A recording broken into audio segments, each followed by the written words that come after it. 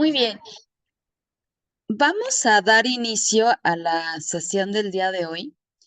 Em, Vamos a ver el tema de remanentes ováricos. La verdad es que este tema es un tema bastante padre, un tema que estoy segurísima que en la práctica diaria nos ha en algún momento llegado un caso de estos. La verdad es que eh, es un tema bastante interesante que me gusta muchísimo. Voy a apagar igual que el día de ayer mi cámara para que se mejore la conectividad. Permítame tantitito.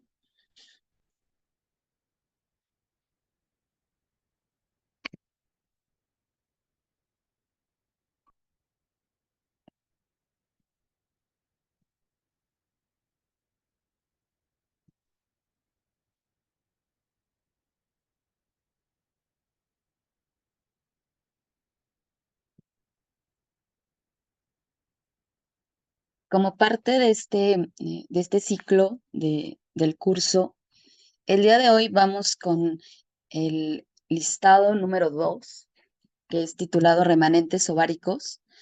Em, el remanente ovárico va a ser la presencia de tejido ovárico funcional en una perra con historial clínico de OVH.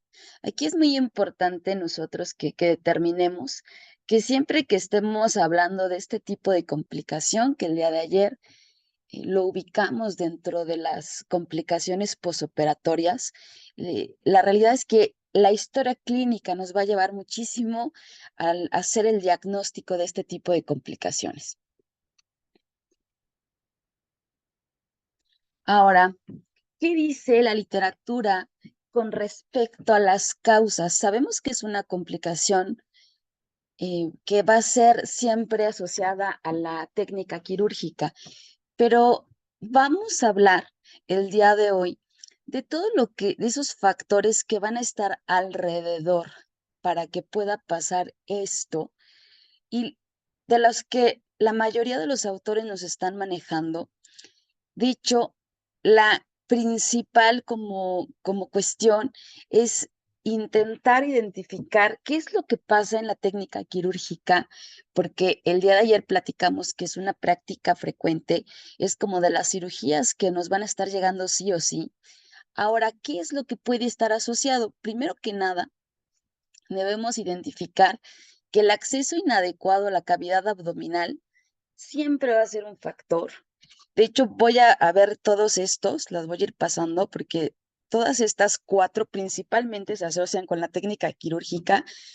Y la primera, como les había comentado, es desde que voy a llevar a cabo esa preparación del área quirúrgica, es súper importante. Por ejemplo, en esta imagen estoy mostrando, es una zona operatoria donde nosotros estamos preparando a esta gatita para hacer una ovariohisterectomía. Entonces, en esta imagen se puede apreciar que es bastante amplia la preparación, independientemente que este tipo de procedimientos hoy en día, el tamaño de la incisión también es bastante discutible qué tanto es grande y qué tanto es pequeño. Esa longitud, la verdad es que depende mucho de nuestra experiencia, pero es siempre así como en la preparación, lo ideal es tratar de estar haciendo preparaciones bastante amplias, aunque mi incisión no vaya a ser tan amplia.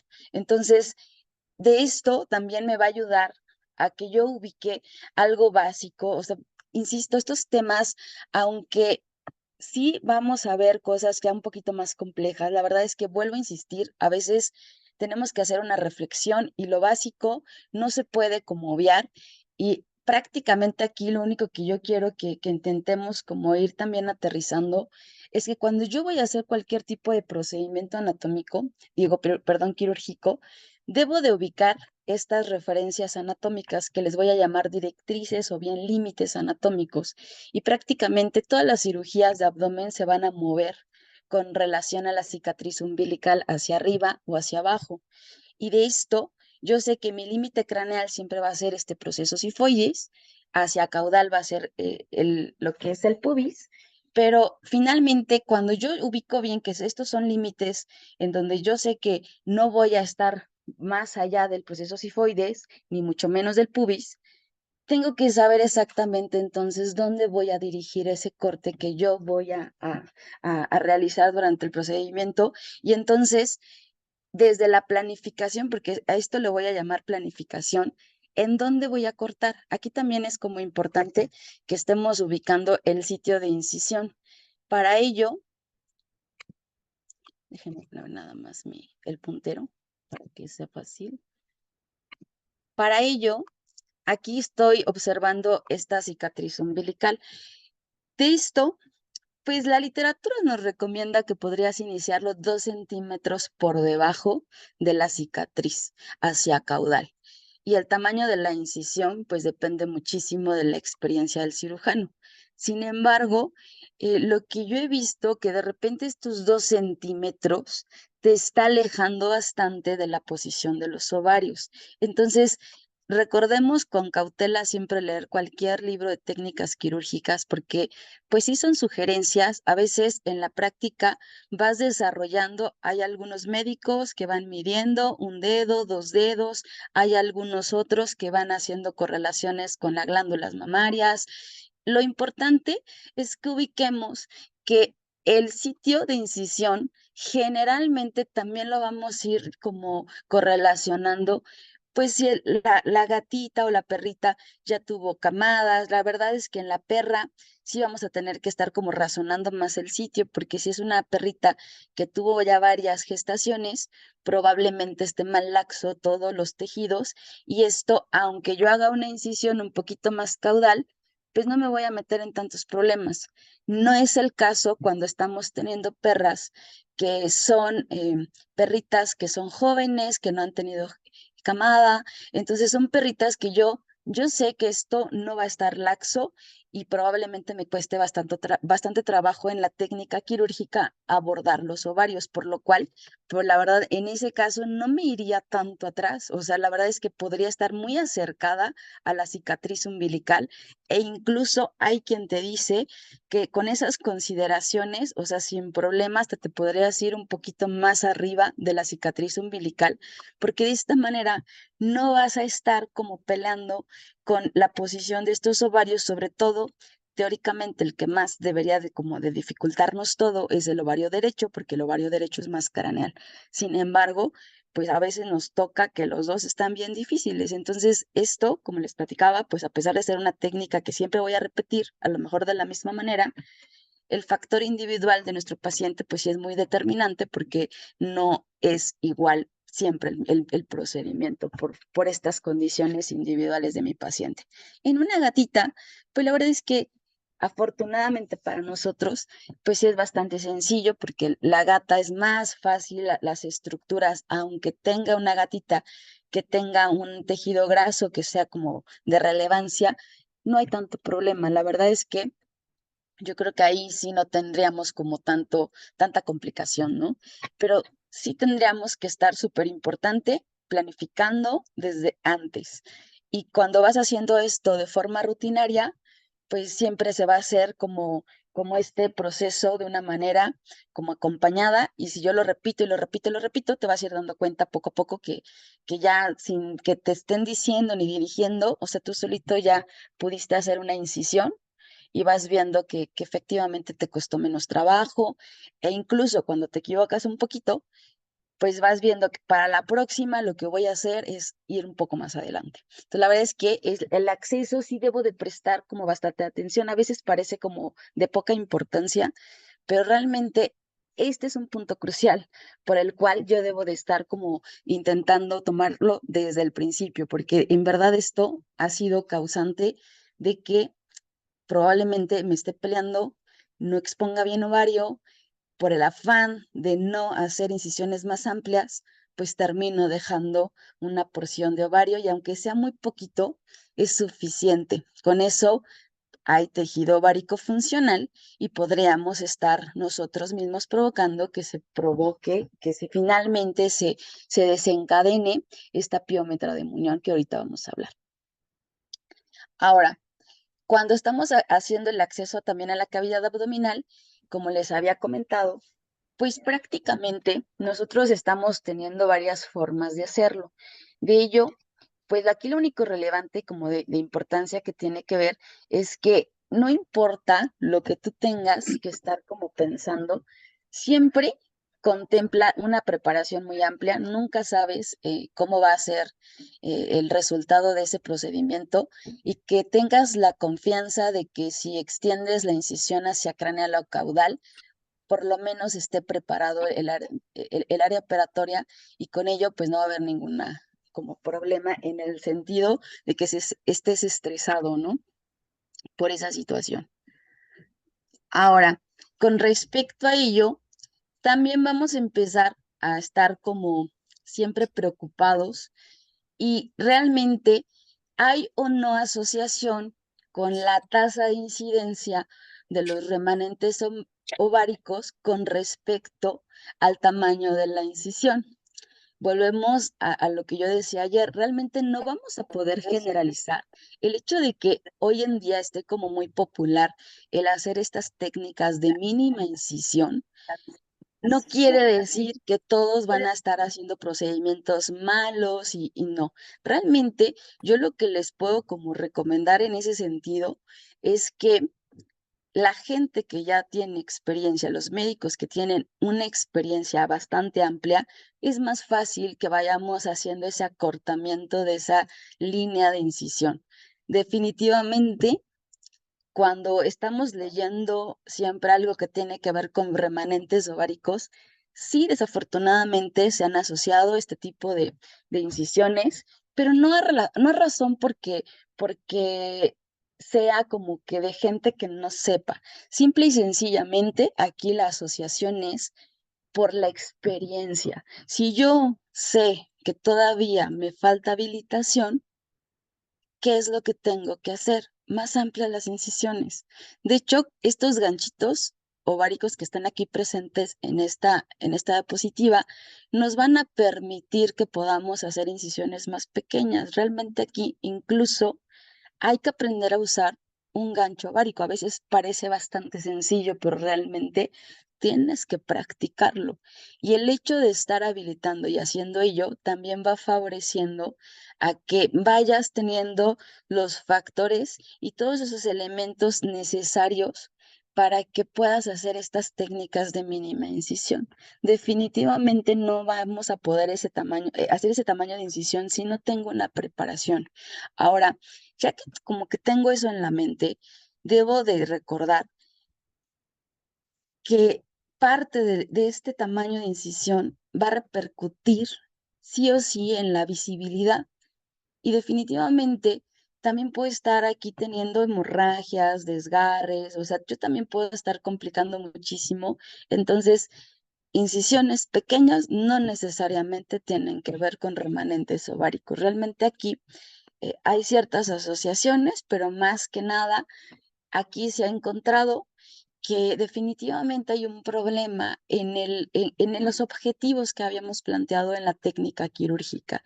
Si yo tengo claro que voy a hacer una ovariohisterectomía, sé que debo de quitar los ovarios de forma completa, los cuernos uterinos, y llegar, habíamos comentado el día de ayer, que hasta la altura del cérvix, y es ahí donde yo voy a hacer como esta conclusión del procedimiento. Entonces, tomando esos objetivos como siempre presentes, aunque estés envuelto en un escenario donde de repente a lo mejor no fue como el tamaño idóneo, pues finalmente, el ser consciente del objetivo te va a hacer que amplíes la incisión, sin importar lo que tengas que estar como haciendo, porque definitivamente sabes perfectamente que no vas a retirar de manera adecuada el ovario. Entonces, prácticamente aquí, pues sí tenemos que centrarnos que para que yo tenga una mejor visibilidad, influye la ubicación en el sitio de donde voy a hacer esa incisión primaria, también influye simple y sencillamente el tamaño de la incisión de acuerdo a mi experiencia y también va a haber otro factor para que yo pueda facilitar. Habíamos platicado el día de ayer que muchos médicos sí van religiosamente a seccionar ese ligamento suspensorio, porque el ligamento suspensorio, habíamos platicado el día de ayer que el ovario está sujeto por dos ligamentos principales, que ese es el ligamento suspensorio y el ligamento propio del ovario. La verdad es que de estos, el que no me va a permitir elevarlo hacia dorsal y que todo tenga esa visibilidad y que yo pueda evaluar hasta dónde es que se termina esa bolsa o esa bursa ovárica y dónde entonces quedó mi ovario. Para que yo pueda tener esta exposición y esta imagen para hacer esa evaluación, muchas veces no todas las perras nos van a permitir hacer ello sin seccionar el ligamento suspensorio. Solamente tengo que hacerlo de una manera cautelosa. Hay quien lo hace con los dedos, está bien. En esta imagen se puede aquí observar precisamente cómo es que transcurre este ligamento suspensorio. Aquí tenemos que prestar atención porque para que yo pueda tenerlo fácil y sencillo, tengo que ubicar porque va a haber irrigación. La irrigación no la voy a poder evitar. Esa irrigación va a estar llegando al ovario. Tengo que tener cuidado en ese desgarre, porque aquí habíamos platicado el día de ayer que en ocasiones el hacer este paso implica que pudiera haber una hemorragia. No necesariamente, o sea, hay que empezar a estar ubicando. Por ello, algunos han como recomendado que en vez de primero de estar seccionándolo o bien con tijera, o incluso hay quien lo hace hasta con pincitas, así como con estas pinzas de Adson o pinzas de disección, como se está observando aquí. La verdad es que tienes que prestar nada más atención porque efectivamente si yo no lo hago bien, puedo tener aquí una hemorragia y también esa visibilidad se puede prestar a que en el momento de la hemorragia, por todo el estrés y el caos que puede provocar, como que de repente empiezas a holgar esta parte de lo que tenemos como objetivo principal. Yo sé que también queremos que definitivamente pues no tenga una hemorragia que implique la vida del paciente. O sea, yo creo que esto también es importante siempre pensarlo, pero definitivamente no puedo perder el objetivo principal de lo que estoy haciendo.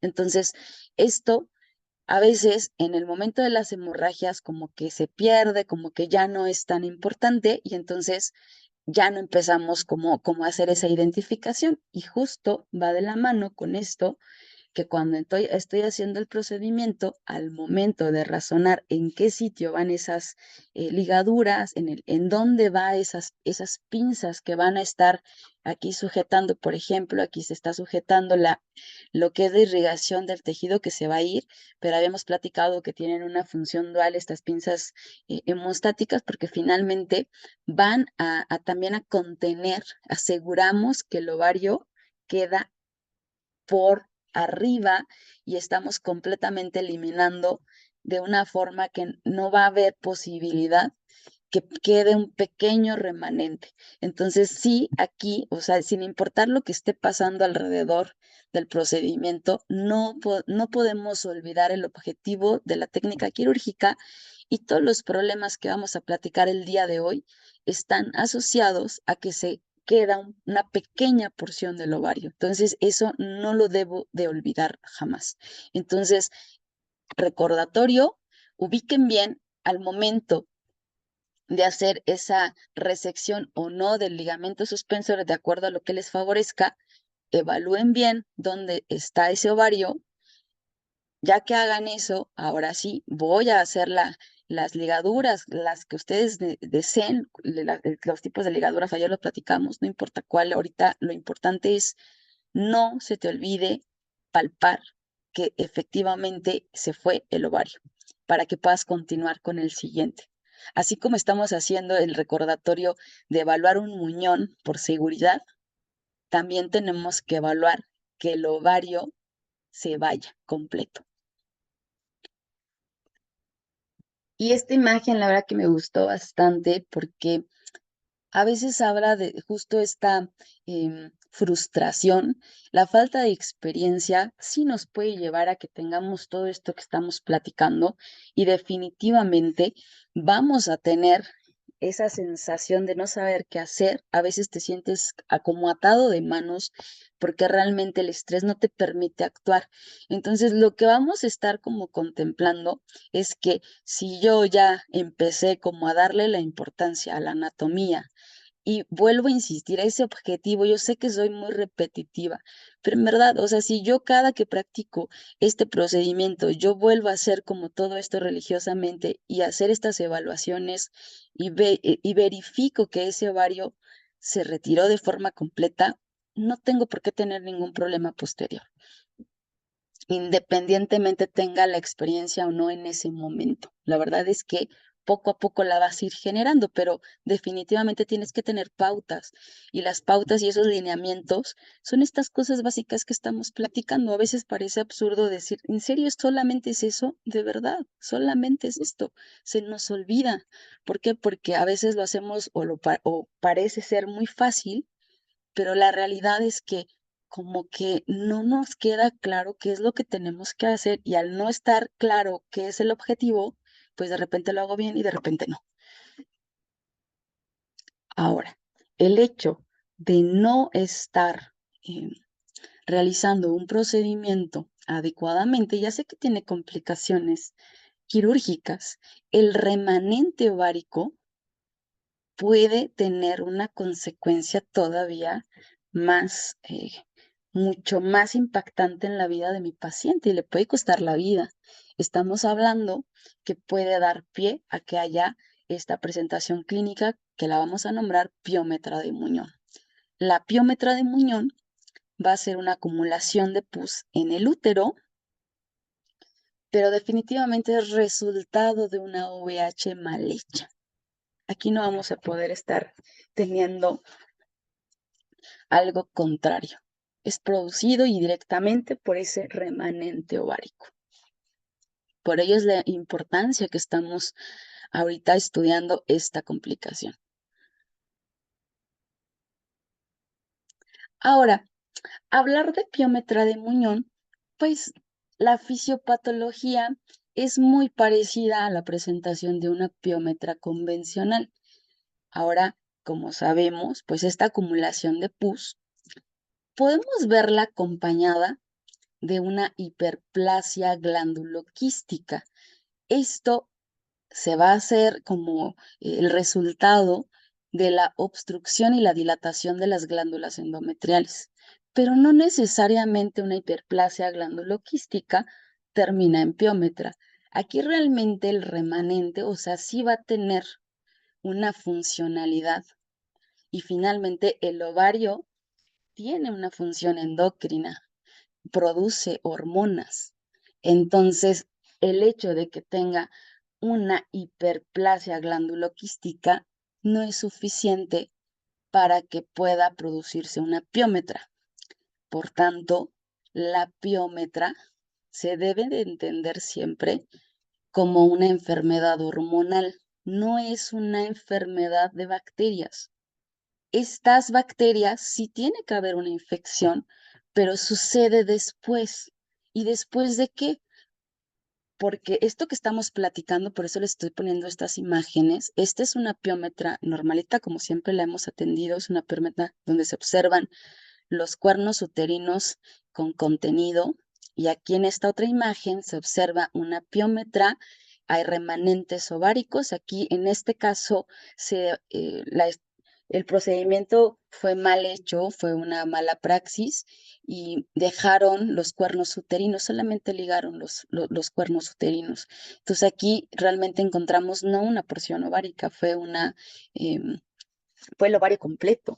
Entonces aquí no se aprecia como tan bien en esta imagen, pero tiene contenido esa porción del cuerno uterino. Y esta que está aquí, esta piómetra, esta piómetra de muñón con esta piómetra que está acá, tienen esta misma fisiopatología. Por eso estamos hablando de ello. Ahora, ya que entiendo que la piómetra es una enfermedad hormonomediada, ¿cómo es que pasa esto? ¿Qué es lo que sucede con una piómetra? Estamos hablando que para que pueda presentarse la progesterona, que es como de las principales hormonas, aquí es la principal hormona que está involucrada en una piómetra, la voy a encontrar en una etapa de diestro, pero desde el estro que es la mayor producción de estrógenos, los estrógenos van a aumentar los receptores de progesterona en el útero y está preparándose esa como ese cuerno uterino para que en el diestro esta progesterona que va a predominar pueda haber una proliferación endometrial, pueda haber una secreción glandular uterina, se cierre el cérvix, porque acuérdense que los estrógenos, esto también en el estro, se abre el cérvix y entonces la presencia de progesterona en el diestro hace que se cierre ese cérvix y entonces va a inhibir también contracciones miometriales e inhibe la inmunidad local. ¿Para qué hace esto? Porque está preparando a este organismo para una gestación, que puede ser que a lo mejor no la haya, entonces ese diestro va a durar más tiempo y puede estar durando hasta 90 días o puede estar durando en una perrita gestante los 63 más menos 5 días. Dependemos aquí, pero finalmente hormonalmente el organismo está preparando ese útero. ¿Qué pasa aquí? Esto es de manera fisiológica y de manera normal va siempre a suceder esto. Resulta que habíamos platicado que esa hiperplasia glanduloquística eh, finalmente vas a tener o no el acompañamiento de una piómetra cuando clínicamente la podemos demostrar que ahí está. Sin embargo, se ha asociado esta hiperplasia con un control inadecuado de esos estrógenos y entonces empiezan a estar aumentados y ese efecto, esa acción también se prolonga y ello va a predisponer a que haya más receptores para esa progesterona, por tanto, sí predispone esa hiperplasia a que haya una piómetra. De esta manera, entenderíamos así que realmente el hecho de que haya ascenso de bacterias durante el estro, pues sí es importante, sin embargo, debe también de haber una preparación. Esta preparación de los cuernos uterinos va a razón del predominio justo de la progesterona. Por ello, no debo de olvidar jamás que esta enfermedad es regulada por hormonas, por lo cual, para que yo pueda tener todo esto que estoy platicando, debe de haber siempre ovario. Y en este caso, puede ser que dentro de las malas praxis yo tenga un ovario completo, como la imagen que yo les pasé hace unos segundos, o una pequeña porción de ovario, que es este remanente. Finalmente, tenemos tejido ovárico funcional y vamos a tener esta misma cadena de eventos que van a estar aconteciendo. También se ha asociado que para que pueda haber esta piómetra, han identificado que el útero previamente puede llegar a tener hidrometra o mucometra. Y esto puede estar también favoreciendo un medio donde pueda, nada más ahora lo que requiere, también bacterias para que puedan ahí estar colonizando, replicándose, y esto es factor siempre predisponente para que pueda estarse presentando esta piómetra. Otros estudios han siempre también asociado infecciones subclínicas. Las infecciones subclínicas pueden estar teniendo siempre aquí ascenso de bacterias. Generalmente, estas infecciones subclínicas van a haber aproximadamente 60% de bacterias que pueden tener la capacidad de infiltrar y de estar ahí ocasionando problemas endometriales y finalmente vamos teniendo una cadena de eventos que va favoreciendo que tengamos esta piómetra. ¿Qué bacterias son las que hemos visto como de manera regular asociadas con, con estas piómetras? Estamos platicando aquí que de todas estas bacterias que les puedo estar mencionando, hay una específicamente que va a predominar y esta es E. coli. E. coli en el 70% de los casos la vamos a encontrar.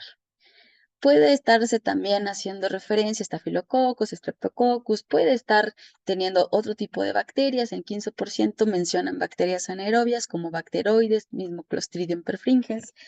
Esto realmente, ¿cuál es la importancia que tiene saber qué tipo de bacterias son las que están involucradas? Pues como estamos haciendo reflexión en qué es lo que está pasando con una piómetra, eh, les comento que aparte de hacer este ascenso de bacterias y ser responsables de infectar estos cuernos uterinos, replicarse y empezar a acumular con material purulento estos cuernos uterinos, aparte, E. coli se ha identificado como una bacteria que va a estar produciendo complejos inmunomediados, que los vamos a estar viendo siempre súper asociados al glomérulo en el riñón, y finalmente esto provoca a largo plazo que tengamos una perra que desarrolle insuficiencia renal.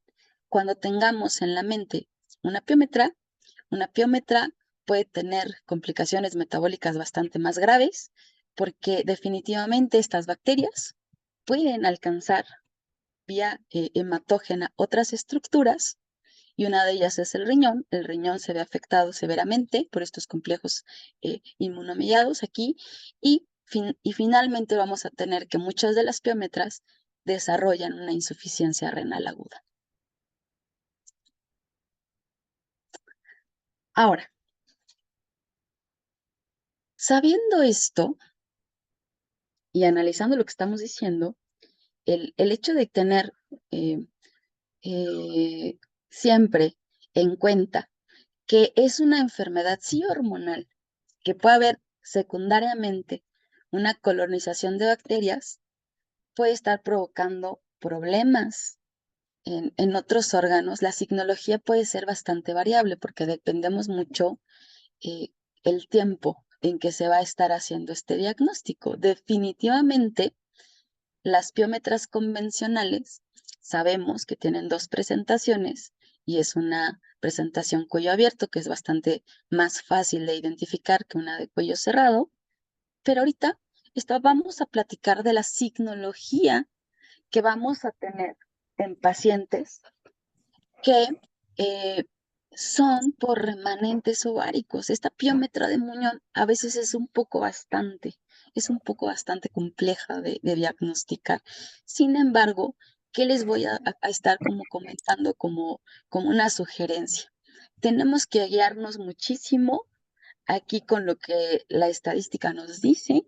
La estadística nos dice que un remanente ovárico podría ser que cause algún tipo de problema 3 semanas después del procedimiento quirúrgico o incluso hasta 3 años posteriores a la cirugía. Realmente, realmente aquí, pues el problema no es necesariamente de forma inmediata. Lo que siempre nos van a estar como sugiriendo que estamos ante este tipo de patologías es la historia clínica. En la historia clínica nos van a estar llegando a consulta perritas que vienen de esterilizaciones previas, en donde tienen los tutores la duda si es normal que todavía sigan presentando celo. Entonces, realmente esa es como la primera llamada. Probablemente aquí es como ya tienes todas las herramientas necesarias como para decir, no, no es normal, esta perra requiere cirugía y requiere cirugía antes que tengamos otra patología que se llama piómetra de Muñón, y tener una piómetra de Muñón a veces se vuelve un poco bastante interesante en el diagnóstico, porque realmente o son urgentes, y ahorita vamos a ver cómo es que abordamos clínicamente este tipo de urgencias, o bien realmente ya no tenemos como estas autorizaciones de los tutores para hacer los estudios que la literatura nos recomienda, ¿no? Por ello, es súper importante que desde que identifiquemos en la historia clínica que estos pacientes están presentes, o sea, ¿por qué? Porque es la herramienta que tenemos para decir, se tienen que operar, se tiene que buscar ese remanente. Cuando no nos hacen caso y pasa el tiempo, ¿cómo sabemos que tienen una piometra de muñón? Realmente aquí la signología tiende a ser bastante discreta. ¿Y a qué me refiero con discreta? Realmente a veces no vemos tan evidente la edematización de la vulva como en otras perras enteras, pero acuérdense que no vamos a ver un flujo vulvar porque no puede ser cuello abierto. Realmente aquí tendríamos que ayudarnos mucho de las herramientas diagnósticas para que podamos determinar, pero pues sí, podríamos intentar también estar como haciendo esa correlación, porque prácticamente veríamos lo que normalmente en una perra entera eh, estaríamos como observando y es la vulva edematizada, aunque podría ser que no tanto como antes de la cirugía, pero está edematizada y puede tener eh, este flujo con cero sanguinolento, ¿no? Ahora, ¿qué es lo que yo debería como tener en cuenta? ¿Qué voy a hacer con el diagnóstico clínico? Podría siempre ayudarme con análisis de laboratorio. En una piómetra de mullón, pues no viene mal que tomemos analíticas porque sabemos que se puede comportar como siempre, como una piómetra y puede haber problemas renales. Los cambios que yo puedo observar son variables. Generalmente estoy observando problemas en la línea blanca, en los hemogramas, puede haber neutrofilia con desviación a la izquierda, en, en, realmente en las bioquímicas podría observar diferentes tipos de hiperazotemia, a lo mejor podría ser prerrenal, podría ser renal, dependiendo el tiempo de evolución que yo observe en mi paciente, ¿no? Sin embargo, ¿qué recomendación podríamos como dar aparte de las analíticas de gabinete, esas hemogramas bioquímicas y ureanálisis? Tendríamos que también podemos hacer una medición de progesterona. La medición de progesterona podríamos demostrar también ahí que efectivamente tiene picos fuera del valor de referencia y tomando en cuenta que la perrita pues ya tiene una cirugía previa, también es una manera a través del laboratorio de hacer este diagnóstico y poder llevar a cabo la continuidad del tratamiento, ¿no? La literatura también nos menciona que podemos hacer uso de la citología vaginal. Sin embargo, a veces la citología vaginal, pues dependemos mucho de que tengamos realmente presentación clínica de signología, porque a veces puede ser bastante confuso. Y realmente aquí en una biometra de muñón, pues podríamos estar observando células epiteliales tipo intermedio. Hay muchos neutrófilos, como se puede observar en la imagen, pero realmente aquí tenemos como pruebas diagnósticas que son de oro, que son las que vamos a estar como siempre de primera elección. Y de primera elección podemos a tener estas imagenologías que puedo tener o bien em, a través de ultrasonido, a través de radiografías, pero sin embargo, si me ponen a decidir cuál de las dos yo es la que prefiero, definitivamente voy a elegir siempre hacer un ultrasonido. En el ultrasonido podemos ver y observar siempre estas típicas lesiones, son lesiones que vamos nosotros a tener, eh, de las cuales podemos observar, como en este caso, múltiples lesiones hipoicoicas, redondas, que tienen bien definidas un contenido anecoico, que se ve negrito, y tenemos un endometrio engrosado. Y vamos a tener siempre también la cara que va a tener contenido líquido de alta celularidad, ¿no? Entonces, esto también nos podría ayudar para que podamos nosotros ya demostramos a través de la imagenología. Recordemos que pues no vamos a tener esta presentación cuello abierto, entonces sí tenemos que hacer uso mucho para hacer como esa evidencia del por qué necesita un procedimiento quirúrgico.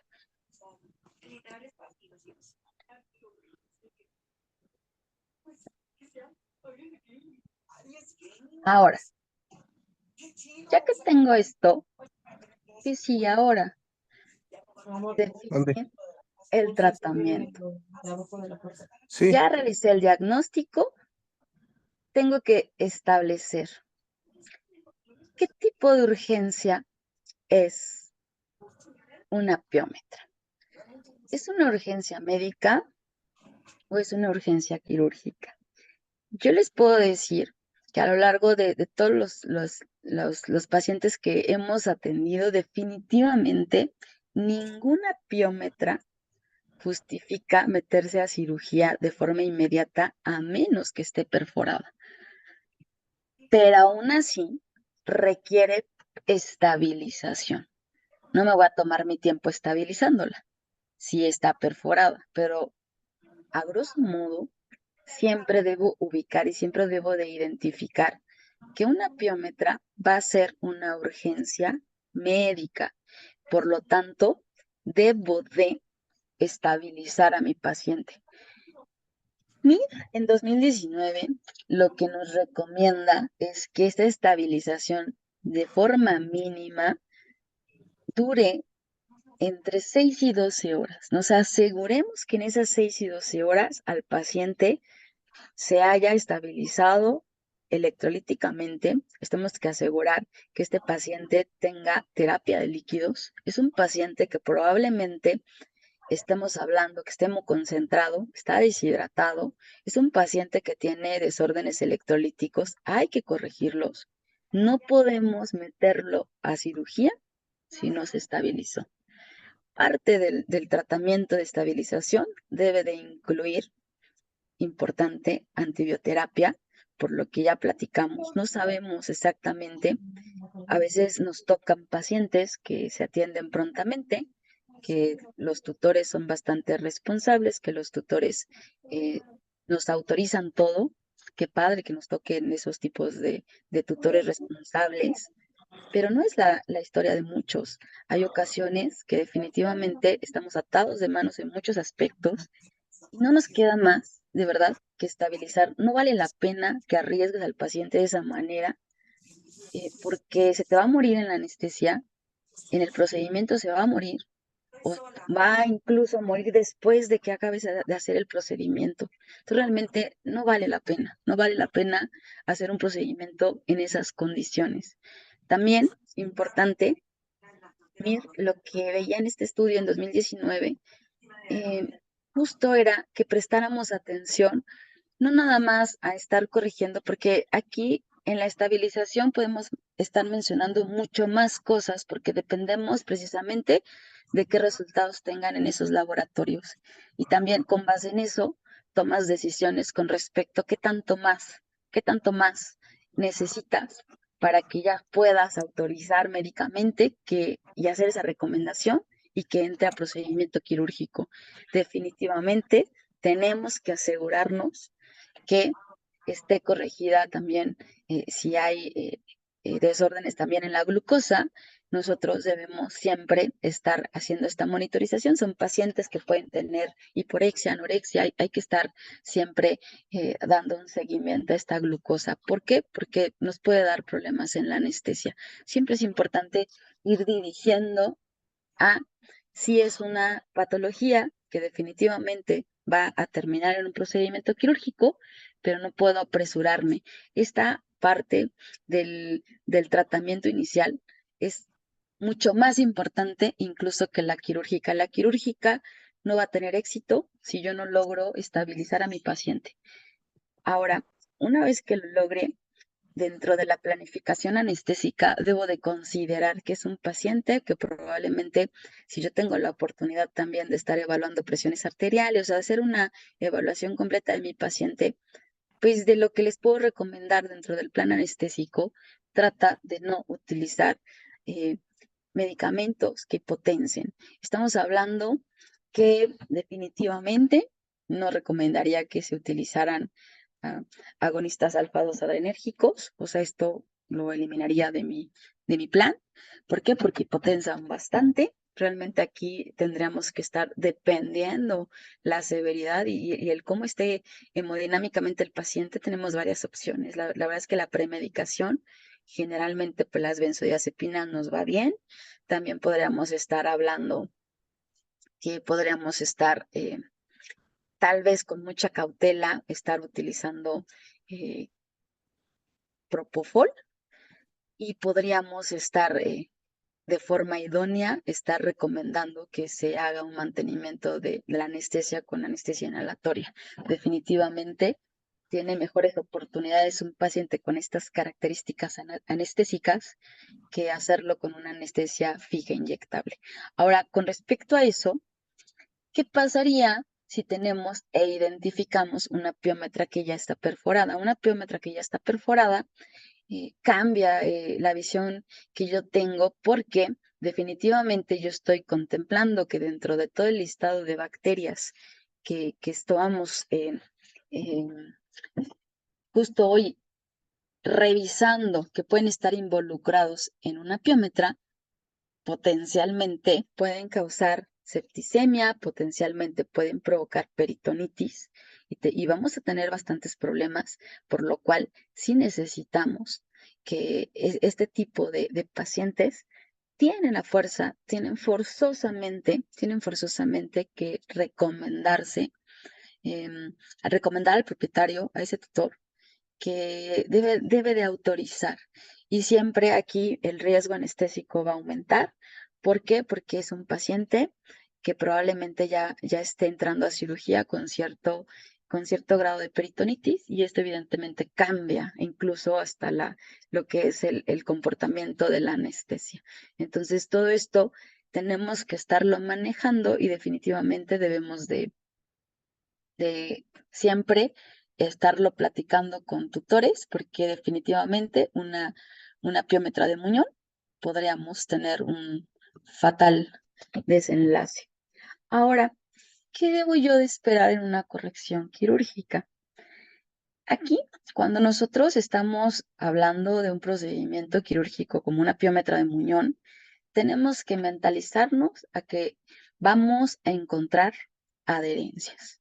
Platicábamos ayer que las adherencias son bandas fibrosas que van a ser siempre el resultado eh, de un daño a lo que es las células mesoteliales. Las células mesoteliales son esas células que van a recubrir el peritoneo. Esta y además la presencia de bacterias son las dos principales causas de que encontremos una adherencia en la cavidad abdominal. Bacterias y lesiones en estas células mesoteliales al peritoneo. Esta lesión a las células mesoteliales no las voy a poder evitar. ¿Por qué? Porque definitivamente tengo que entrar a cavidad, o sea, va a haber lesiones. Pero generalmente ese tipo de lesiones ¿No tienes tienden algo para tapar esa?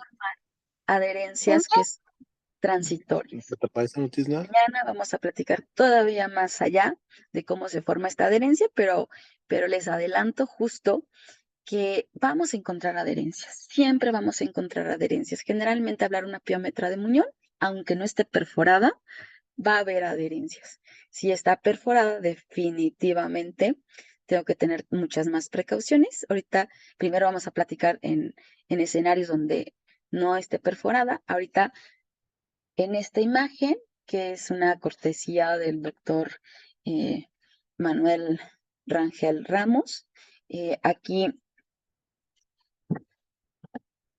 se puede observar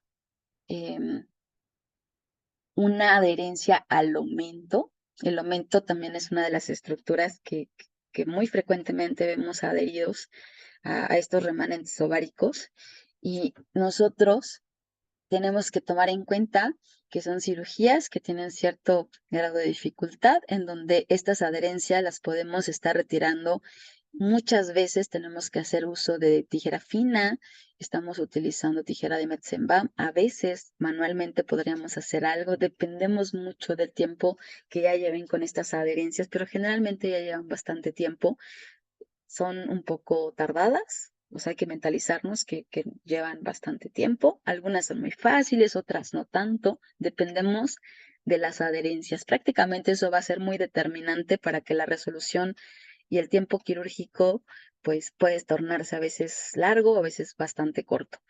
Pero desde que vamos abriendo la cavidad, siempre en ese acceso debes evaluar qué es lo que está pasando, qué tantas adherencias tienes.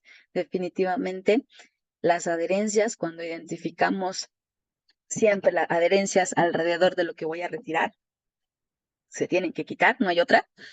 Cuando encuentro más adherencias en otros sitios, pues ahí es donde ya tengo que ponerme a pensar si vale la pena o no retirar esas adherencias. A veces esas adherencias son funcionales. Voy a meterme más en problemas si las intento retirar, pero definitivamente contemplar va a haber adherencias. Todas las cirugías con remanentes va a haber adherencias. Por ello mismo, ¿qué tendríamos que estar contemplando em, dentro de los equipos? Probablemente requiera siempre tener tijeras que sí corten, tijeras que tengamos con buen filo. Les recomendaría, como siempre, tener de cajón un aspirador, al igual que una piómetra convencional. Es importante manejar, si hay cuernos uterinos, probablemente a veces encontramos todo el cuerpo uterino, el cuerno uterino también ocupado, hay que manejarlo con precaución. El riesgo quirúrgico por una mala manipulación simple y sencillamente va a tener un resultado con salida del contenido y por supuesto que no debo dejar que pase ello. Si llegara a pasar, tengo que hacer lavados. Los lavados generalmente podemos estar haciendo lavados a la cavidad abdominal, en donde vamos a estar hablando que hay ciertas recomendaciones en relación a la cantidad de solución salina fisiológica que puedes ocupar. Hay unas fórmulas que hay recomendaciones de 15 a 20 mililitros por kilogramo de peso y esa es la cantidad total que requiere ese paciente para hacer un lavado. Hay muchas también que incluso de manera como empírica, a veces a ojo, estamos haciendo estos lavados. Lo más importante es que tienes que hacer un lavado. No te puedes ir sin hacer un lavado. Definitivamente, em, a mí en particular no me gusta utilizar dentro de los lavados, combinarlos con antibióticos. La verdad es que creo que actualmente hay mejores oportunidades con otro tipo de soluciones.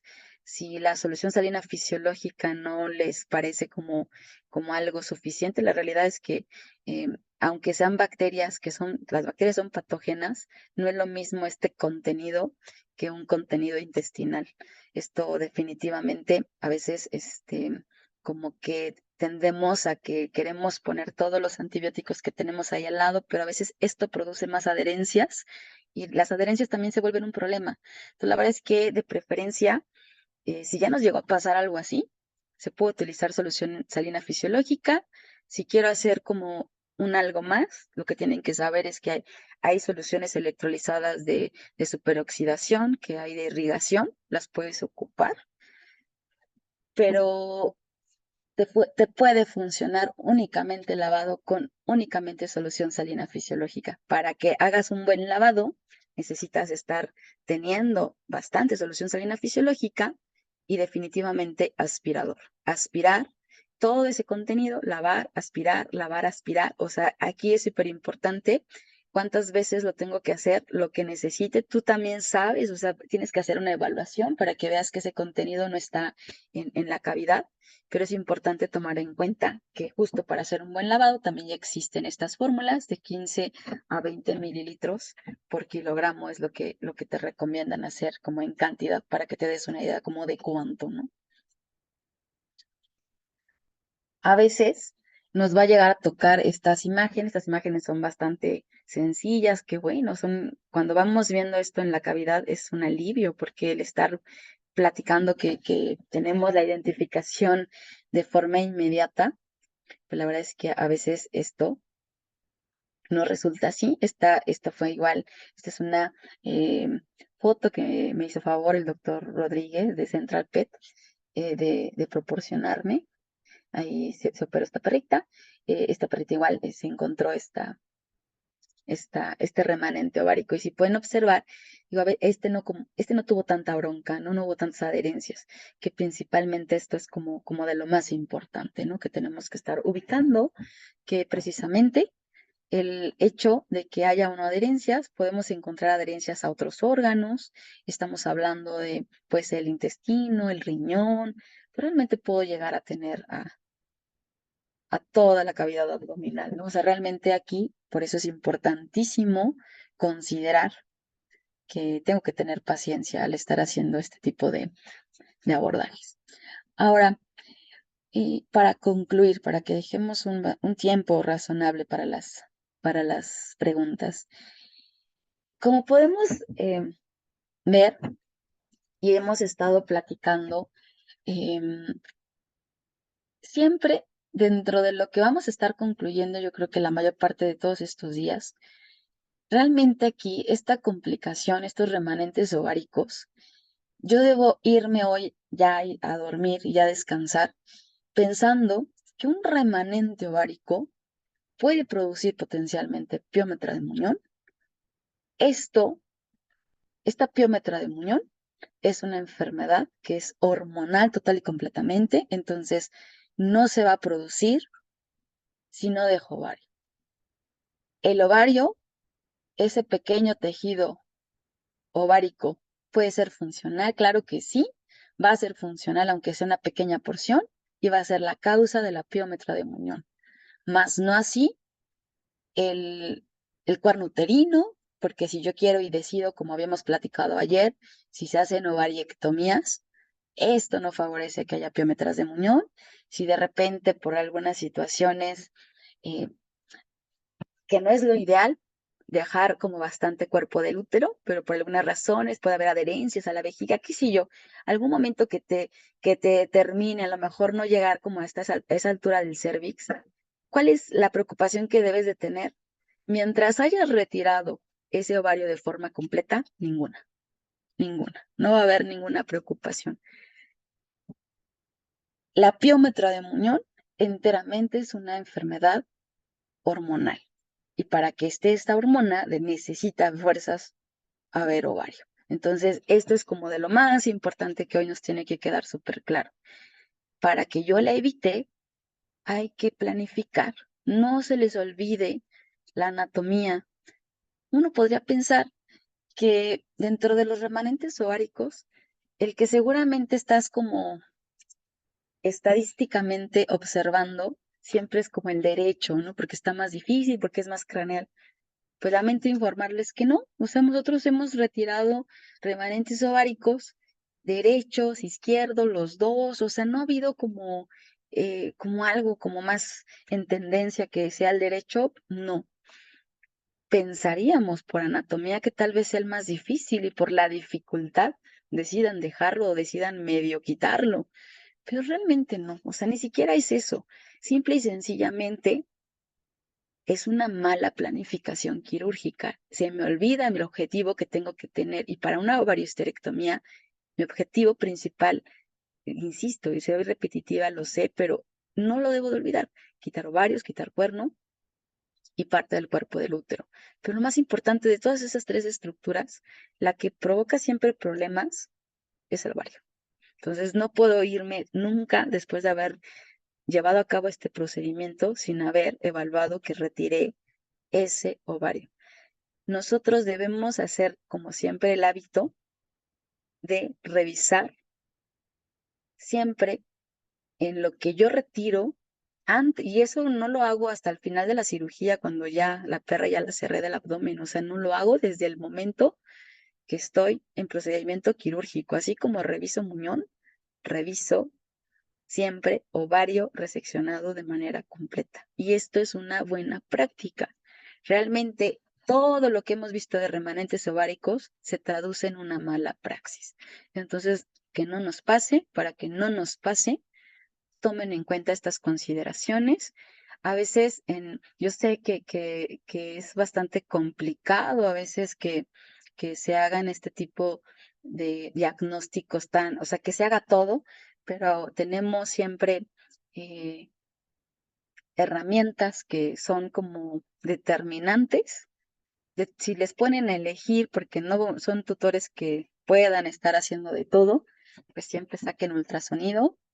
A veces, si tú tienes la historia clínica, pues si no te autorizan nada, terminas haciendo celotomías exploratorias, en donde lo ideal es que no llegues al procedimiento sin saber qué tienes, pero definitivamente toma en cuenta la historia clínica, apóyate del ultrasonido y la técnica quirúrgica. Lo único que tienes que enfocarte es a buscar ese remanente o a veces ese ovario completo. Tienes que evaluar las estructuras adyacentes. Ten calma, ten paciencia. A veces nos tardamos un poquito, pero se debe de lograr. Se debe de retirar de forma completa. Ten cuidado con las adherencias. Para ello es súper importante que tengamos equipos. No te olvides del aspirador. Tijeras finas no deben de faltar. Y con ello, la verdad es que no tiene por qué haber como más problemas. Si tú tienes una eh, situación en donde se puede complicar, repito, o sea, la verdad es que todo tiene solución. Si llega a pasarte que hay salida de contenido que no es lo que te deseo ni lo ideal que debe de pasar, pero no te preocupes, hay que hacer lavados. Por eso contempla tener bastante compresa, contempla siempre preparar ampliamente la zona, contempla tener ese aspirador y de verdad, aunque te pase algo como de eso, que es bastante estresante, no te preocupes, también tiene solución. Y con esto concluyo. Muchísimas gracias. Me gustaría pasar a la sesión de preguntas. Seguramente tienen bastantes.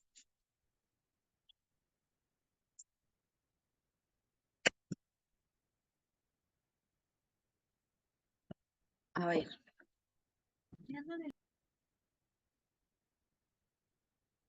A ver, déjenme ver. Dejen prender mi video. Ahora sí. Voy a leer las preguntas. Nomás déjenme ver. Mm,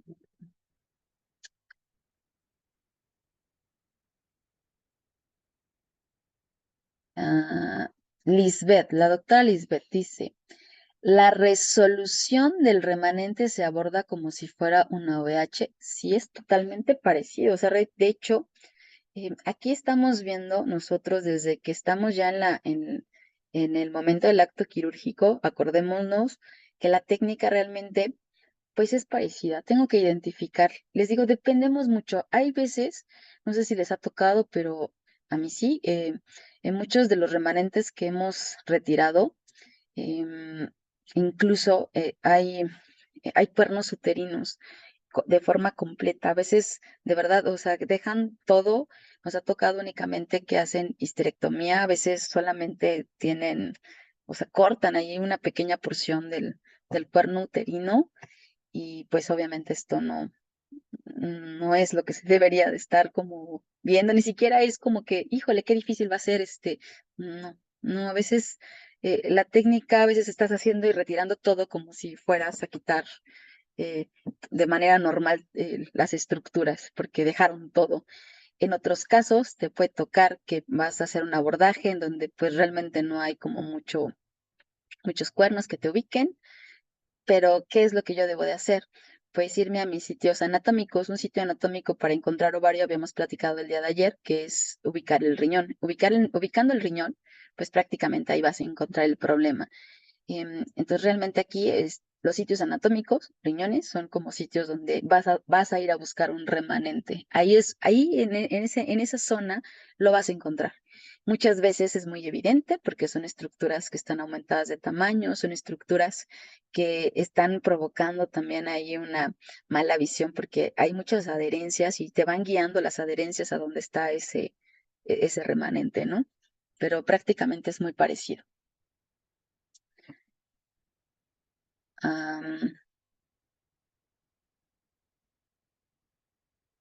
El doctor Ignacio nos pregunta, ese remanente, ¿cómo se puede abordar? No sé si se refiere como a la parte quirúrgica o diagnóstica. Igual si quiere, ahorita escríbame un poquito más de la pregunta para que yo le pueda responder. La doctora Georgina nos pregunta, ¿podrían pedir que silencie? Así, Ana. ¿Alguien tiene abierto? Sí, sí, sí. Todos los remanentes van acompañados. A ver, si todos los remanentes van acompañados de una piómetra de muñón, o sea, ¿se deben considerar así o se puede dar por separado?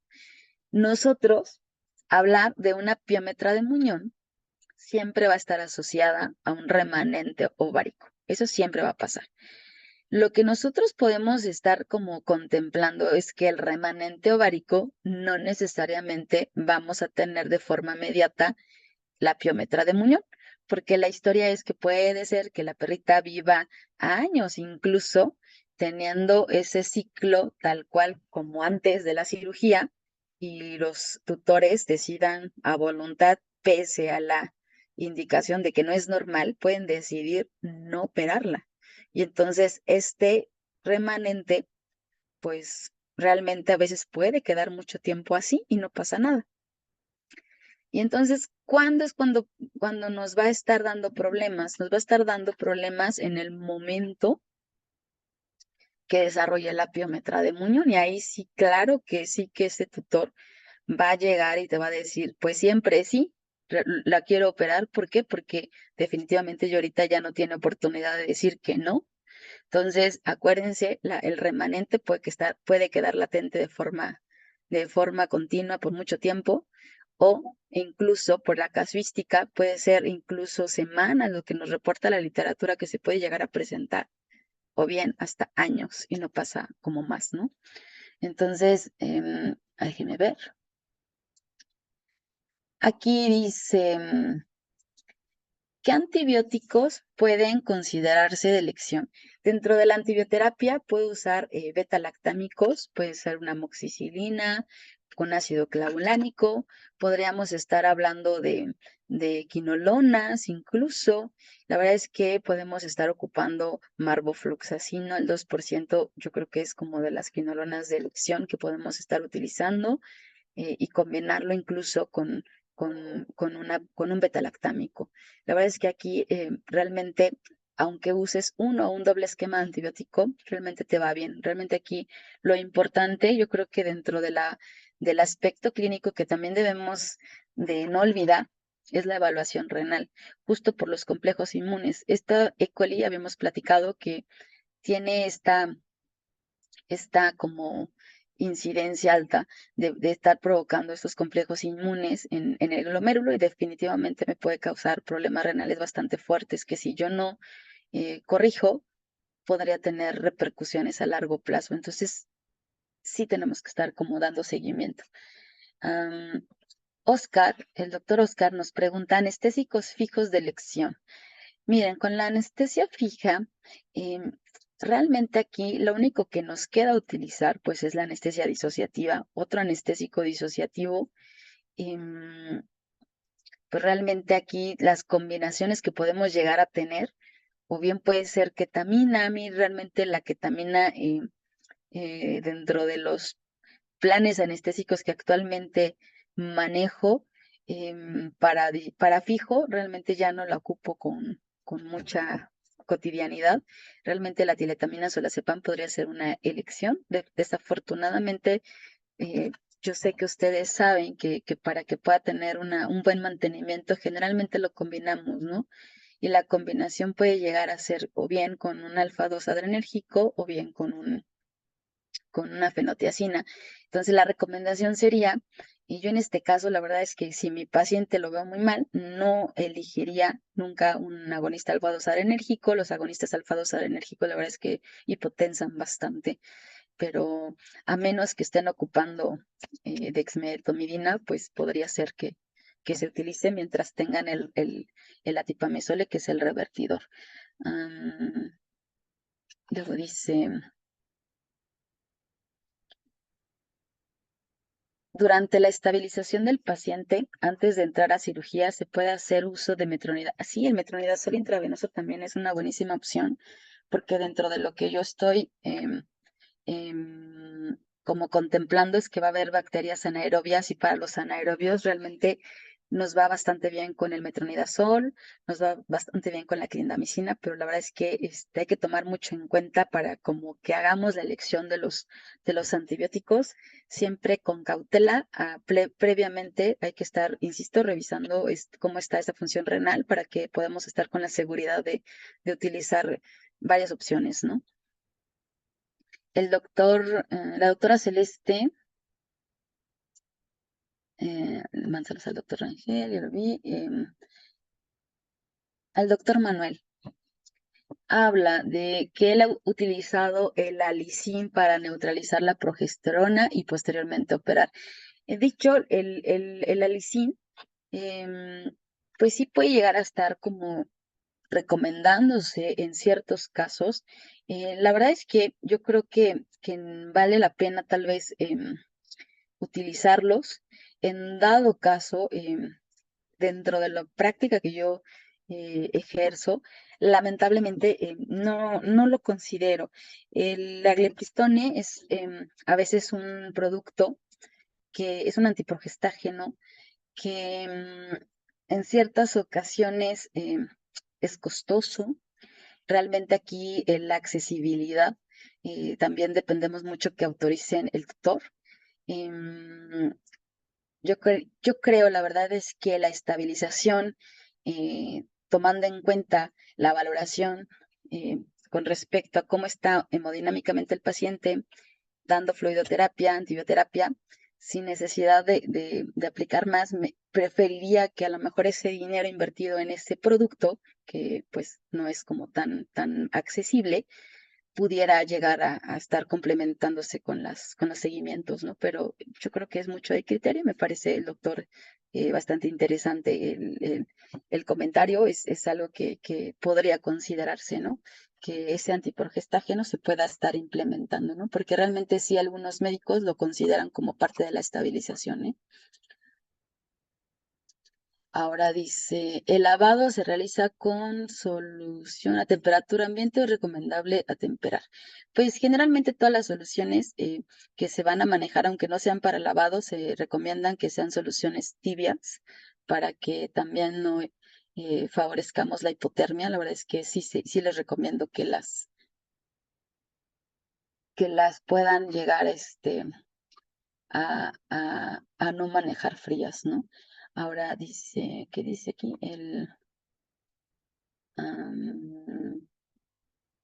¿Podría repetir las soluciones? Las soluciones para retirar las adherencias. Bueno, lo que hayamos recomendado para el retiro de las adherencias lo podemos hacer de forma instrumentada. El retiro se puede hacer a través de tijeras finas, a través de tijeras de Metzenbaum. Les recomiendo siempre manejar tijeras curvas de Metzenbaum. A veces te da un poquito más de fluidez y de seguridad. También les hago la recomendación de que hay algunas adherencias, o sea, que podría ser que estén a veces un poquito complicadas, a veces podríamos estar manteniendo bastante tiempo. Hay adherencias que definitivamente son muy difíciles de retirar, a veces son o terminan haciendo resecciones de otros tejidos, ¿no? Entonces tomen en cuenta que hay que evaluar la adherencia. A veces hay adherencias que se pueden quitar y hay veces hay otras adherencias que incluso, si sobre todo las que te toquen, si son a intestino o demás, a veces ocluyen y es imposible retirarlas y a veces tienes que hacer resecciones y anastomosis intestinales u otras intervenciones. Por ello, mentalmente yo insisto, hay que estar preparado para todo, porque realmente sí es como importante, ¿no? Que lo tomes en cuenta. Ángel Jonathan dice un comentario. Dice que para diagnosticar el remanente ovárico, la presencia de estrógenos causa cambios en el epitelio vaginal craneal, iguales a los cambios epiteliales uterinos, y ambos tienen, ay, no alcanzo a leer, un origen embriológico. Una citología con más del 90% de células superficiales y anucleadas comprueba la presencia de estrógenos. El ultrasonido es eficaz, pero tiene que estar activo el remanente.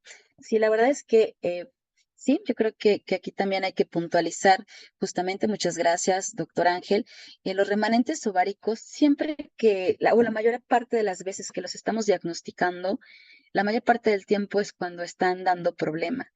Realmente un ultrasonido para un remanente ovárico que no hay evidencia de que esté causando un problema en ese momento, el ultrasonido no me va a poder como ayudar mucho. La única herramienta que tendría justo es la citología, pero también tomen en cuenta que el simple hecho del que ya tenga ese ciclo, pues siempre con la nota de que ya tuvo una cirugía previa, es siempre una justificación suficiente para que tome en cuenta ese tutor que definitivamente esa perrita algo anormal está pasando y definitivamente hay tutores que requieren o te exigen, a veces incluso hasta en tenor de exigencia, pues más evidencias, ¿no? Y una de ellas, pues sí podemos tener como herramienta la citología.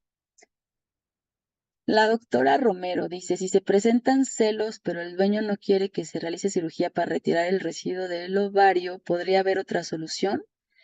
Pues realmente no, o sea, realmente aquí el problema, ni modo, es de resolución quirúrgica. A veces, no sé si les toca que en muchas de las ocasiones hay muchos tutores que van, piden presupuesto y se les hace a lo mejor muy costoso. Siempre va a haber en tema de costos una gran brecha en donde definitivamente van a encontrar de todo, en donde hay muchos que definitivamente les van a decir que no, y la mayor parte del tiempo cuando regresan con chin, ¿no? Pues sí, se dan cuenta que a veces lo barato sale caro y desafortunadamente esto es lo que trato siempre cuando doy un presupuesto.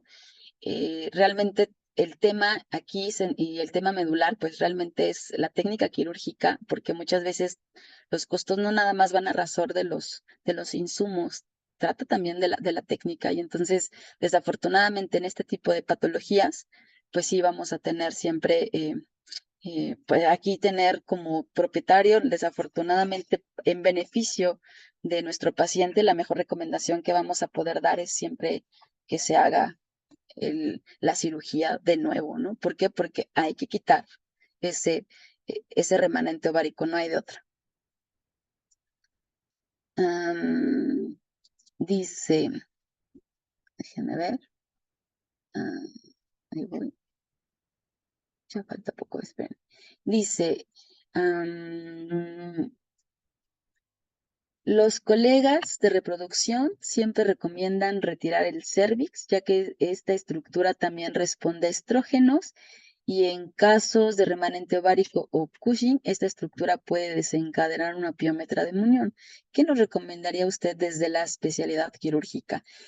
Miren, aquí hemos leído como bastante con respecto a los remanentes, pero a veces lo que en la teoría vemos y en la práctica que nos toca, realmente aquí lo que hemos visto alrededor de todas las piómetras de muñón que hemos tenido la oportunidad de hacer este tipo de resoluciones, eh, siempre hemos visto algo muy constante. Y dentro de este aspecto siempre es, de verdad, ovario. Siempre hay ovario. Nos ha tocado y sobre todo de repente a veces evaluamos que hay malformaciones, hay adherencias, hay situaciones donde definitivamente ir hasta el cervix no es posible porque nos ha tocado, ¿eh? Les digo que afortunadamente la experiencia de convivir en este aspecto de la vida académica nos abre pautas como para ver más casos, ¿no? En donde hemos visto cosas que dices, no manches, esto, o sea, esto es imposible, o sea, ¿cómo es que, o sea, por qué hay una adherencia? O sea, la perra no se había sometido a cirugía o la gata no se había sometido a cirugía y hay adherencias a la vejiga y a veces es imposible retirarlo, o sea, en un aspecto donde tenemos limitaciones en ciertos insumos, porque bueno, pues no se estaba contemplando algo electivo, en ese momento se convirtió en algo complejo, ¿no? Entonces realmente aquí eh, se han tomado decisiones con respecto a lo mejor no retirar o no llegar hasta el cervix y tenemos esto bien claro que cuando nos pasa estas situaciones tenemos que asegurarnos que se retire el ovario de forma completa. Una vez haciendo esto, realmente no hemos tenido problema. Afortunadamente, esto que les puedo platicar aquí abiertamente, con la confianza de estarles aquí compartiendo mi experiencia, les puedo decir que afortunadamente no han sido muchas ocasiones, pero afortunadamente también no ha sido como ningún problema a largo plazo. Y hemos tenido contacto para ver como la evolución, porque afortunadamente hemos tenido oportunidad de darle ese seguimiento a través del tiempo y no ha habido problemas. Y ya comparando con la parte privada, que a veces sí es bastante diferente, de verdad, hemos encontrado justamente las constantes siempre y son las mismas. El ovario, es el ovario. Ahora dice, ¿de qué depende que la signología de la piómetra se presente a la semana o después de 3 años de la OVH? Cuando estamos hablando de los remanentes ováricos, también aquí estaríamos teniendo esta eh, presentación de esta signología a razón del momento de hacer la esterilización.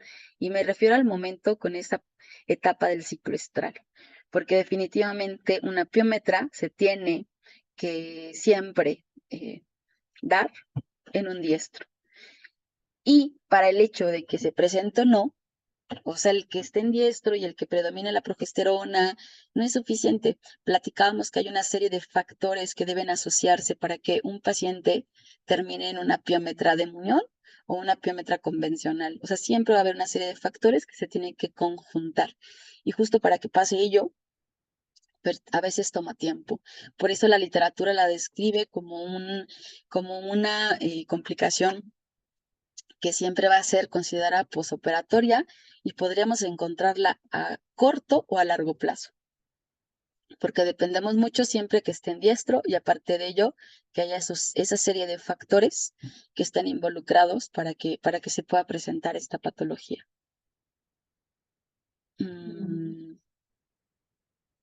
Dice, doctora, gracias por su presentación. En caso de no poder estabilizar al paciente lo suficiente, ¿sería una opción continuar con el plan quirúrgico? El plan quirúrgico no lo voy a poder evitar. Es importante por eso que el tiempo, ya sea un tiempo mínimo de 6 horas, que era lo que eh, mi recomendaba en su estudio que llevó a cabo, o sea, tiene que haber un tiempo previo. Incluso, o sea, realmente aquí el hecho de que diagnostiques un remanente ovárico que te está causando en ese momento problemas y pueda desarrollar esa piómetra de muñón, pues realmente yo sé que no va a ser una urgencia de forma inmediata quirúrgica. A mí, o sea, solamente la excepción es si está perforada, pues tengo que apresurarme, pero incluso aún perforada debe de haber un manejo previo de terapia de líquidos, de estabilización, de asegurarme cómo está este paciente, porque así como llega, si lo meto a cirugía, se va a morir. O sea, seguro se va a morir, va a tener un problema. Cuando no tengo opciones de estabilizar, no me imagino como qué opciones serían, o sea, porque realmente a lo mejor no tienes una idea de cómo está, porque puede ser que no tengas estudios, ¿no? Porque no autorizaron, porque no hay, o sea, no tienes nada como seguro en realidad de decir cómo está este paciente orgánicamente. Sin embargo, lo que sí puedes tener, o sea, puedes tener sueros, o sea, puedes tener, el plan es, hay que aplicar una fluidoterapia, hay que estar manejando antibióticos previos, teniendo mínimo estos dos aspectos siempre contemplados previo a la cirugía. O sea, esto ya es una estabilización básica, pero la es. Y con esto es suficiente, o sea, de verdad, o sea, podría ser lo que cambia el resultado de qué va a pasar en el procedimiento. Porque me ha tocado en ciertos lugares en donde se meten a operar de forma inmediata, nos hablan para que vayamos y vamos o sea, ¿a qué hora llegó? No, pues que hace 2 horas. Ya no hubo, o sea, la terapia los tienen canalizados y a veces ni siquiera les abren la vía. No, o sea, nos ha tocado varios casos en donde transquirúrgico tienen problemas anestésicos, se mueren. O al final la cirugía por alguna situación, se complica y nos han reportado porque hemos preguntado cómo siguen y nos reportan que se murieron. Entonces, de verdad es ahí donde te pones a pensar, o sea, si vale la pena o no, o sea, realmente, ¿cuál es o sea, qué cambiaría si me espero un poquito más? Entonces, la verdad aquí sí es como, ponte a pensar, normalmente las piómetras, sean de las que sean, tienen que tener un previo manejo, porque si no lo hago así, estoy condenando a que este paciente tenga algún problema. Y ese problema puede ser inmediato en la cirugía o posterior a ello. Ahora, dice, pregunta, cuando estamos cerrando el cuerpo del útero, ya sea en situación de piómetra o después de una gestación, y esté muy friable que no puede anudarse ni con transficción o nudos no corredizos, llegó con 2 nudos que solo va quedando uno porque el tejido es fácilmente desgarrable. ¿Qué asesoría o tip podría proporcionar como experiencia también en mucho estrés? ¿Qué dice? El perder el muñón que se deja al anudar el útero, en ocasiones en gatas se soluciona con compresión hemostática primaria, pero en caninas, ¿qué podría aconsejar? Porque suele ser complicado encontrar el muñón del útero sin arriesgar tejidos adyacentes. Y déjenme ver si entendí la pregunta. Nos habla acerca de las hemorragias uterinas, ¿no? Lo que entendí en la pregunta es que, ¿qué es lo que vamos a hacer cuando eh, el muñón uterino por alguna situación no se desgarró, no se pudo anudar? Eh, ¿Qué es lo que yo debo de hacer? Al igual ya sea perra o sea gata, siempre las referencias anatómicas son las que me van a ayudar y las que me van a poder como proporcionar el dónde buscar, porque acordémonos que para el útero la referencia anatómica siempre es la vejiga. Y entonces ir detrás de la vejiga me garantiza, aunque yo no vea, aunque no tenga como ese aspecto visual, porque estoy esperando o sigo viendo que a lo mejor, no sé, no pusieron las compresas a la mano, qué sé yo. Realmente tienen ahí como bastante tiempo que tú dices, tengo que hacer algo. ¿Por qué? Porque sigue perdiendo sangre. A veces, muchas veces, vas con los dedos, con tu propia mano, vas a buscar por debajo de la vejiga sin necesidad de ver y lo encuentras. Entonces, la verdad es que esto siempre te va a ayudar, siempre va a funcionar, si es perra o si es gata, si es perra, un animalito chiquito, un animalito más grande.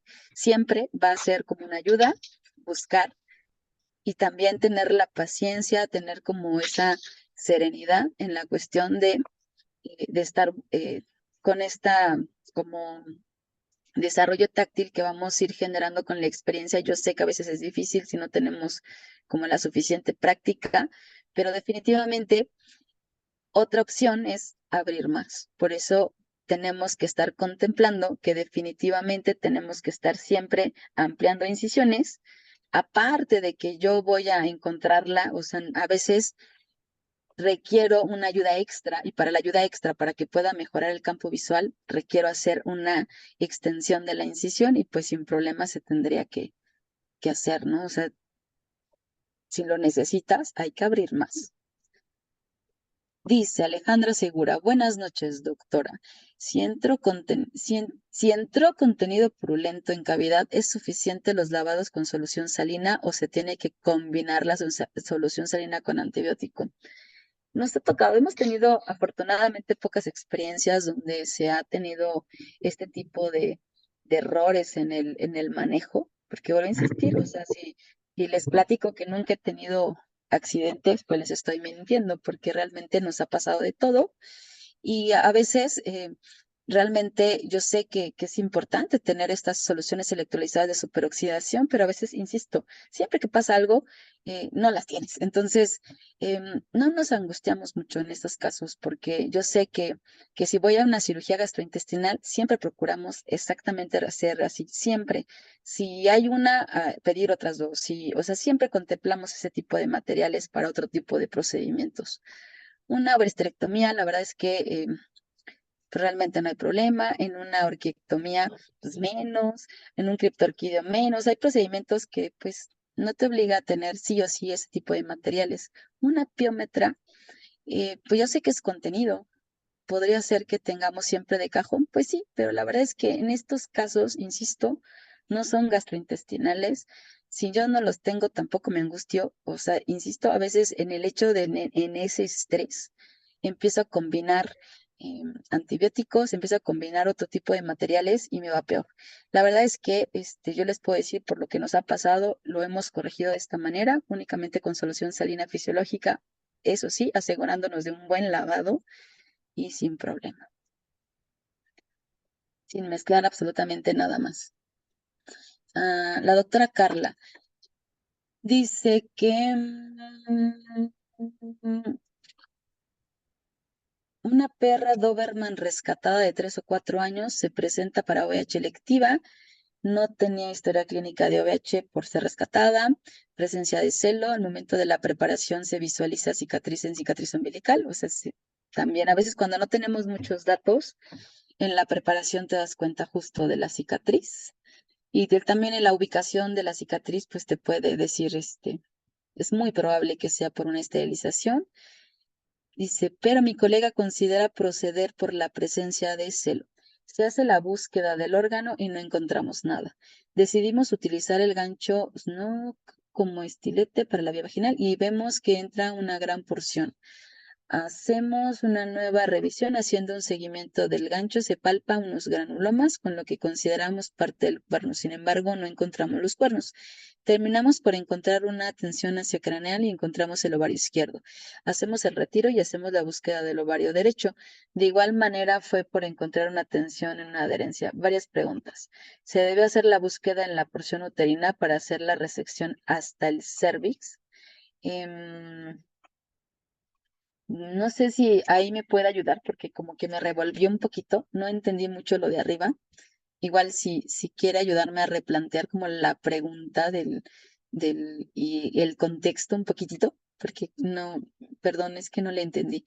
Y luego dice, ¿consideraría que debería someterse nuevamente a procedimiento? Lo pregunto porque como acaba de decir una situación simple, pasó una situación complicada. También porque estábamos bajo el uso de anestésicos alfa-2 adrenérgicos, por ello ya no pudimos llevar a cabo la revisión de la porción uterina. Considera que deberían mandarse doble esquema de antibióticos posquirúrgicos. Aquí cuando tenemos dudas en la cavidad abdominal es súper importante siempre, a veces necesitamos en estos casos hacer incisiones bastante amplias. Yo creo que dentro de todo lo que podemos llegar a realizar, siempre es importante ampliar lo que necesites porque hacer una exploración de manera completa te va a poder ayudar a que no tengas dudas de nada.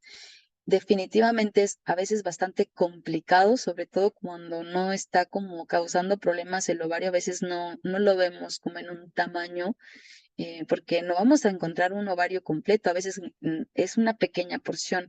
Aquí lo único que te puede ayudar mucho y te salva es que tengas esa noción anatómica de la normalidad para que te puedas como hacer esas identificaciones. Otra, también a veces lo que te salva y te está ayudando son las adherencias te van guiando a donde está el problema, entonces un tip siempre es como ir a asomarte a ver detenidamente y con lupa esas adherencias, porque ahí debe de haber algo, y definitivamente, pues una vez que se haga eso, yo creo que dependiendo el caso, o sea, sí es importante que tengamos seguimiento en el posoperatorio y obviamente a largo plazo, porque, o sea, el quedarse con dudas, podríamos estar haciendo seguimientos hormonales, pero la verdad es que en el momento de ya que se pudo llevar a cabo el procedimiento quirúrgico, hay que tratarlo de hacer lo mejor posible y créanme que unas herramientas súper básicas, pues son las que les acabo de recomendar.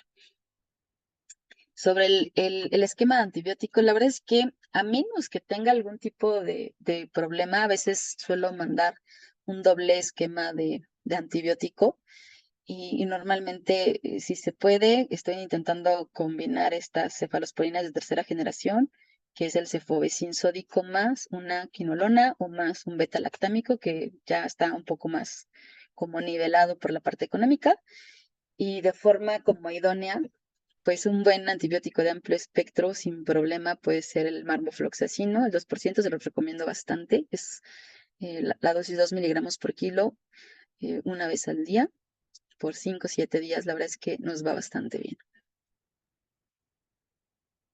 ¿Se debería mandar estudios de gabinete de seguimiento? Pues la verdad es que sí, hemos tenido pacientes que han desarrollado piómetras, no nada más piómetras de muñón, en donde hemos tenido problemas renales con indicios bastante fuertes. Hay anemias en donde han necesitado incluso que se hicieran transfusiones porque el problema renal es bastante severo. Entonces, la verdad es que sí necesitamos saber cómo quedó el riñoncito.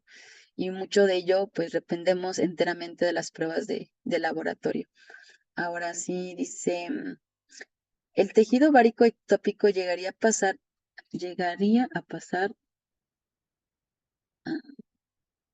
llegaría a pasar. Igual, Del, que está, no sé cómo se llame, pero no le entendí la pregunta, igual si me la quiere reescribir para que la pueda responder.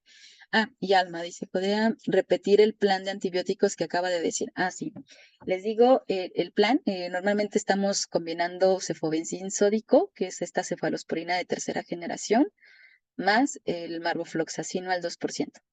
El marbofloxacino, generalmente cuando tengo complicaciones, pues nos ha pasado de repente que hay ruptura, y normalmente combinamos estos dos antibióticos.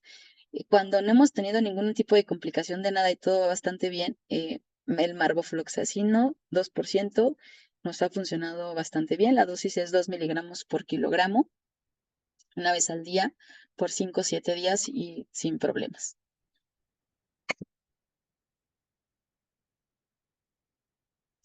Y me parece que ya, creo que son todas. No sé si aquí hay otra pregunta. Dice, ¿cuánto podemos cobrar por una corrección de remanente ovárico? Y los costos son bastante complicados porque dependemos mucho dentro de todos los insumos, de todo lo que se esté ocupando, personal, por ejemplo, eh, dependemos mucho también incluso del tipo de anestesia, ¿no? Pero a grosso modo con anestesia inhalatoria podemos estar planteando tal vez unos, este,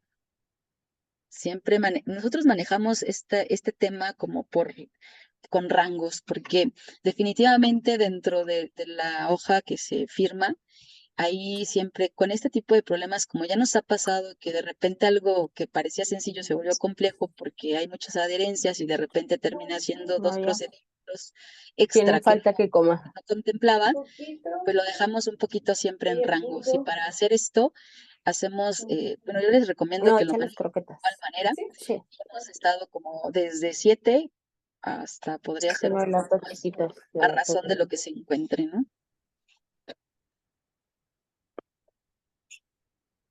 No sé si alguien más tenga alguna otra duda, pregunta, sugerencia, comentario. Mm, ¿No?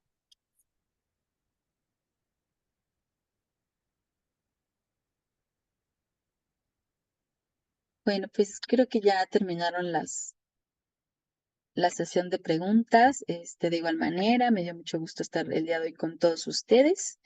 Nos vemos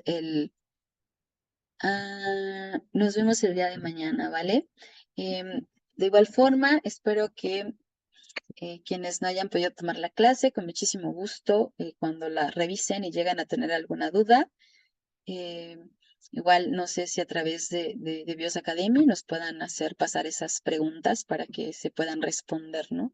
Y muchas gracias, espero que tengan una excelente noche, nos vemos el día de mañana. Buenas noches, doctora. Hasta luego, buenas noches. Gracias, buenas noches. Gracias. Bye.